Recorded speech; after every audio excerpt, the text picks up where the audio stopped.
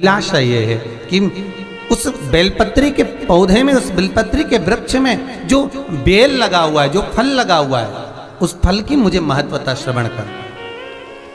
श्री शिवाय नमस्तुभ्यं। लिंग पुराण कहती है। शिवाय नमस्तुभ्यं। श्री शिवाय नमस्तुभ्यं। श्री शिवाय नमस्तुभ्यं। महाराज, श्री शिवाय नमस्तुभ्यं। श्री शिवाय नमस्तुभ्यं। जो बच्चा नमस्तुभ्यं। श्री शिवाय हकलाता हो, नमस्तुभ्यं। श्री शिवाय नमस्तुभ्यं, अर्थात बोलते बोलते अटक जाता हो या वाणी हकला रही हो, तो शास्त्र कहता है कि बेल का जो फल होता है।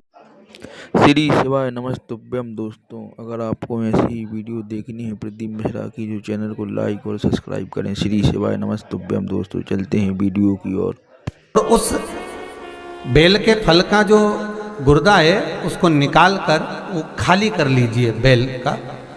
महाराज, सोमवार की सोमवार 5 सोमवार उसमें पानी भरकर भगवान शंकर को समर्पित करिए।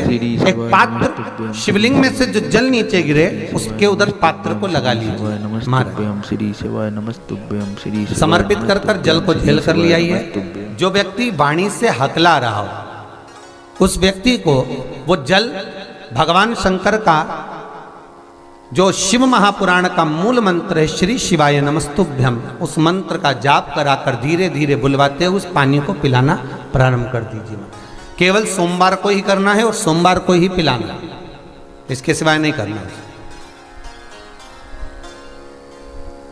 महाराज, जैसे मंत्र बोलते जाए, श्री शिवाय नमस्तुभ्यम बोलते जाए और धीरे धीरे उसको पानी पिलाते। श्री शिवाय नमस्तुभ्यम बोलते जाए और पानी पिलाते। महाराज, धीरे धीरे आप 5 सोमवार करोगे, उसकी वाणी में अटकना बंद हो जाएगा।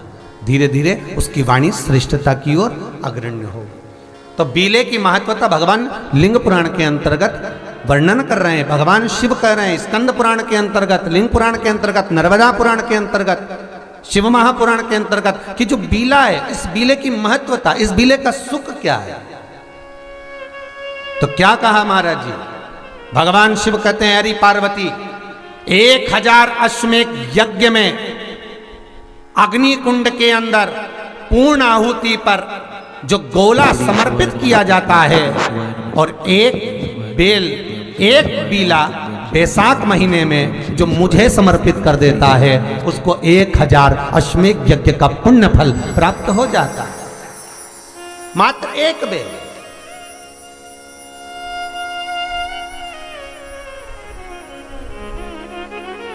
बहुत अच्छे से समझना महाराज, फिर समझ लीजिए। केवल सारे शिवलिंग में एक नर्मदेश्वर महादेव ऐसे होते हैं जिन पर कुछ भी चढ़ाओगे तुम खा सकते हो। भगवान को अगर भोग लगाया तो तुमने खा लिया। भगवान के शिवलिंग को अगर कोई वस्तु टच हो गई तो तुम पा सकते हो। मिठाई हो, चूरमा हो, लड्डू हो, पेड़ा हो, गुलाब जामुन हो, इमरती, भजिया, पकौड़ा, फल फ्रूट जो भी होगा वो पा सकते हो। पर नर्मदेश्वर शिवलिंग को छोड़कर शिव महापुराण के अंतर्गत विद्धेश्वर संहिता में लिखा हुआ है कि बाकी के जितने शिवलिंग होंगे उसको अगर कोई वस्तु टच हो गई तो वो खाने के लायक नहीं रहती। वो सांसारिक मनुष्य नहीं खा सकता। शंकर के मंदिर का प्रसाद संसार का मनुष्य उसको ग्रहण नहीं कर सकता। उसको केवल बैरागी, त्यागी, जिसने घर छोड़ दिया, परिवार छोड़ दिया, अपने कुटुंब कबीले को छोड़ दिया, केवल वही पा सकता है। ये शिव महापुराण की विद्धेश्वर संहिता कर रही है।